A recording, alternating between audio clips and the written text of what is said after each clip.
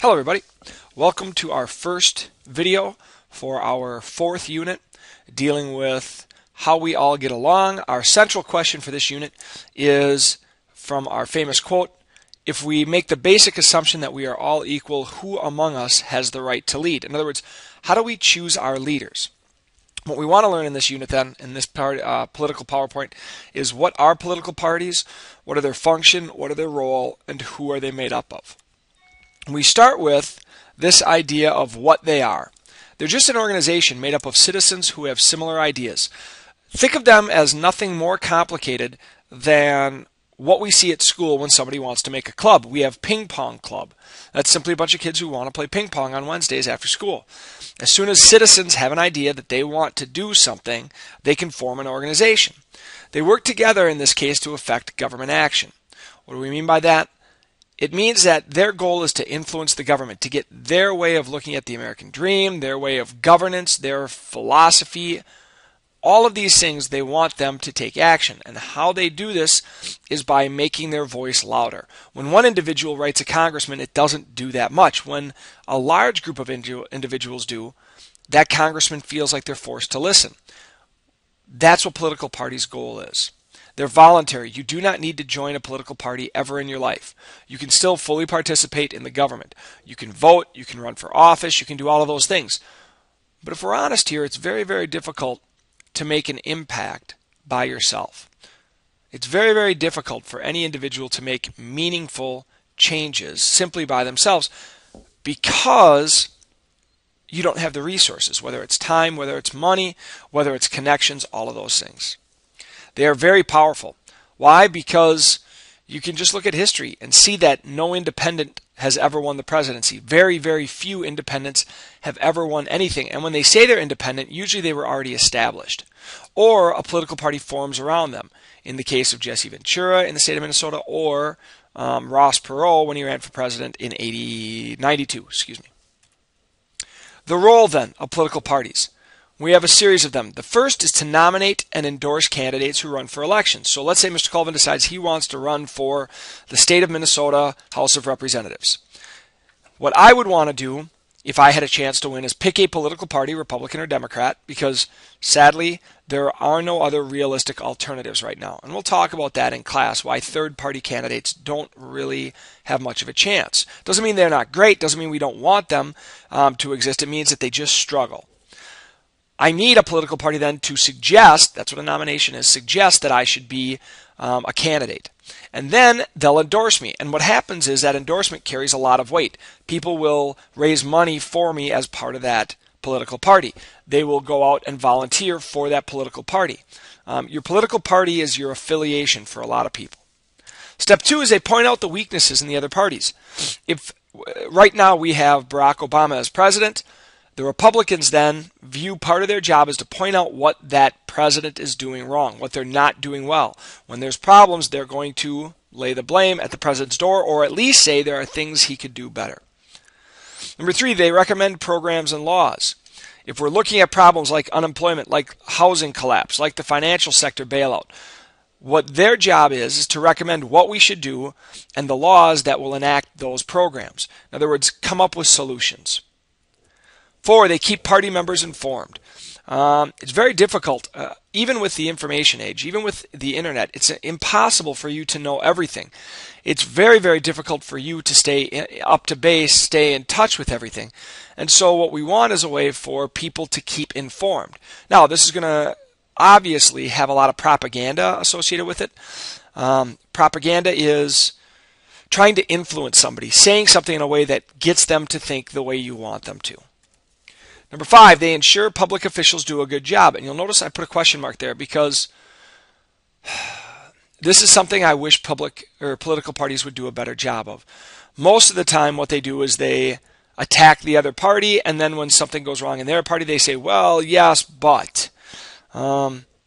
They do try to ensure that the other side does a good job. They don't do a very good job of policing themselves. And so what ends up happening is it just becomes a big game of he said, she said. We in America have a two-party system, meaning really it's predominantly two political parties. It began during George Washington's administration over the argument of the Federalists and the Anti-Federalists. Those were the first political parties.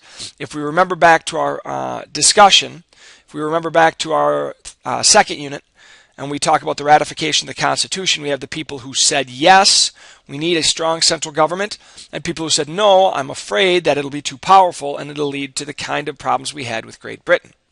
George Washington was not a big fan of political parties because he said it was divisive. I tend to agree with him. The problem with political parties is that it gets you to pick a team, like the Packers or the Vikings, and it doesn't really matter what the reality is. You see things through the color of that lens. For example, when Brett Favre was in Green Bay, Minnesota fans said he was terrible, he was overrated, he was a prima donna, he threw bad interceptions all the time, and Green Bay said, no, he's great, he's a gunslinger, he's a cowboy. And then he comes to Minnesota, and Minnesota fans are like, oh my God, he's amazing, all this stuff. And Green Bay fans said, oh, look at him, he throws too many interceptions, all this kind of stuff. It's the same guy playing the same way, but because he switched party allegiance, the rest of the population changed their view. We are not exclusively a two-party system. In other words, you'll see on the right, there are some other alternatives, the Green Party, Libertarian, Constitution. Those ones just don't have a very good chance of winning. There are many other parties in politics today, but when it comes down to it, our president will be a Democrat or a Republican. The Democratic Party. Its roots can be traced back to Thomas Jefferson's Democratic-Republican Party. Andrew Jackson was the first Democratic Party president, and that was in 1828.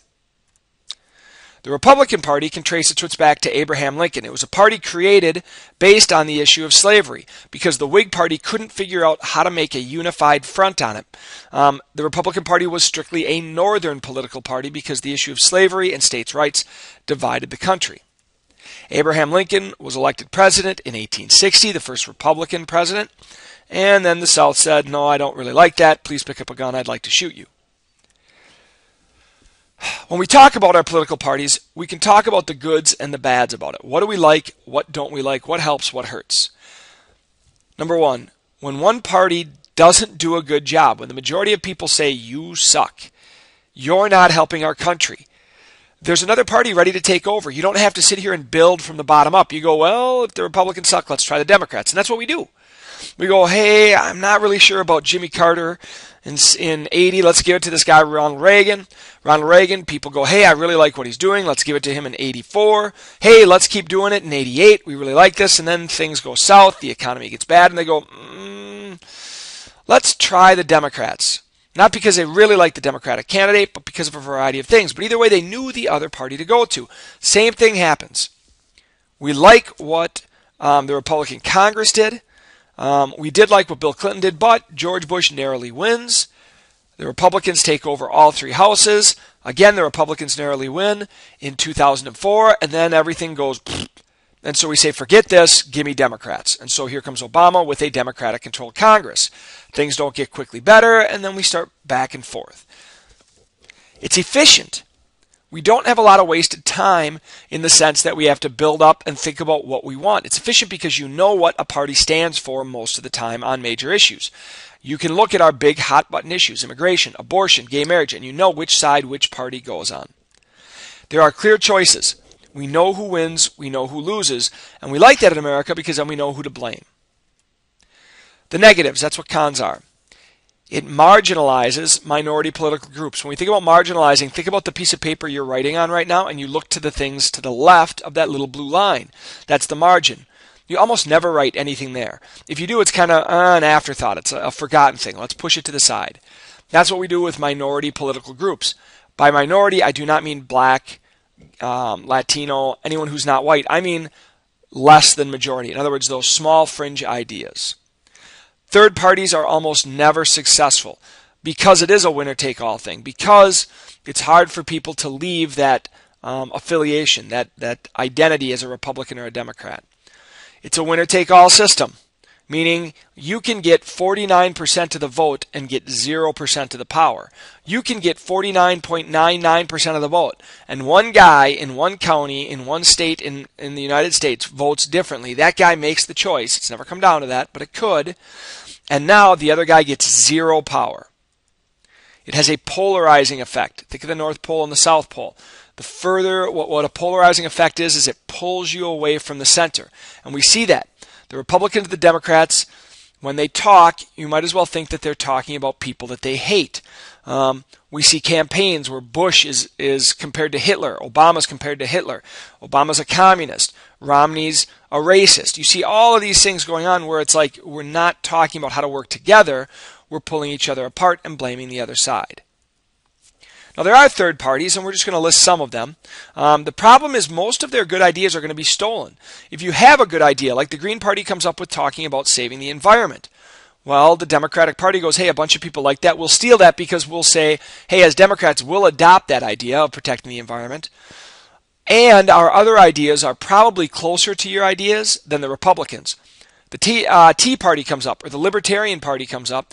Libertarian Party talks about small government, increased freedom, and so the Republicans are going to steal a lot of the ideas from the Libertarian when they talk about small government, and that's where the Tea Party comes up, and then the Tea Party just becomes a branch of the Republican Party.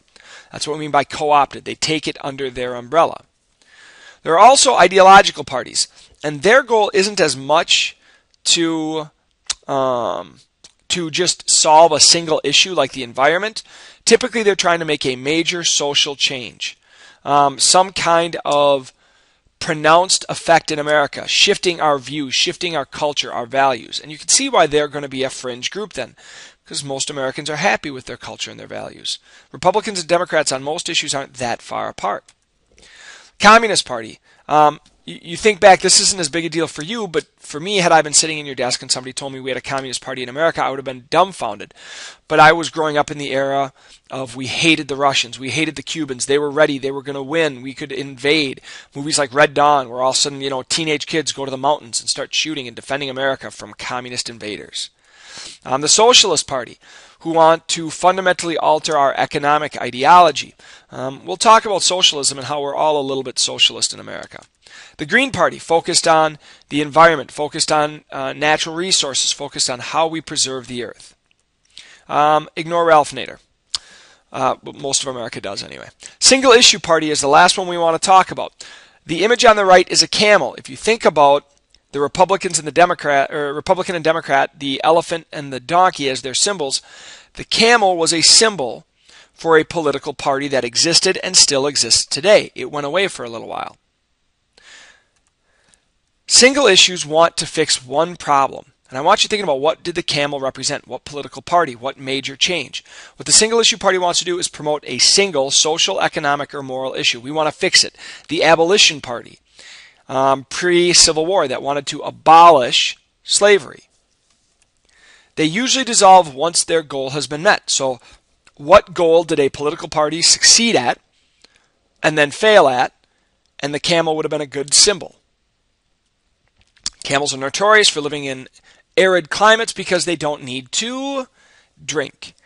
So they are the Prohibition Party. In the 1870s, they wanted to outlaw alcohol. Well, they succeeded. And then they failed, and then they came back. There are still people who think we should prohibit the sale and consumption of alcohol today. We will talk about that as we get into our drug debate when we get to some of these contemporary issues. Have a good night. See you tomorrow.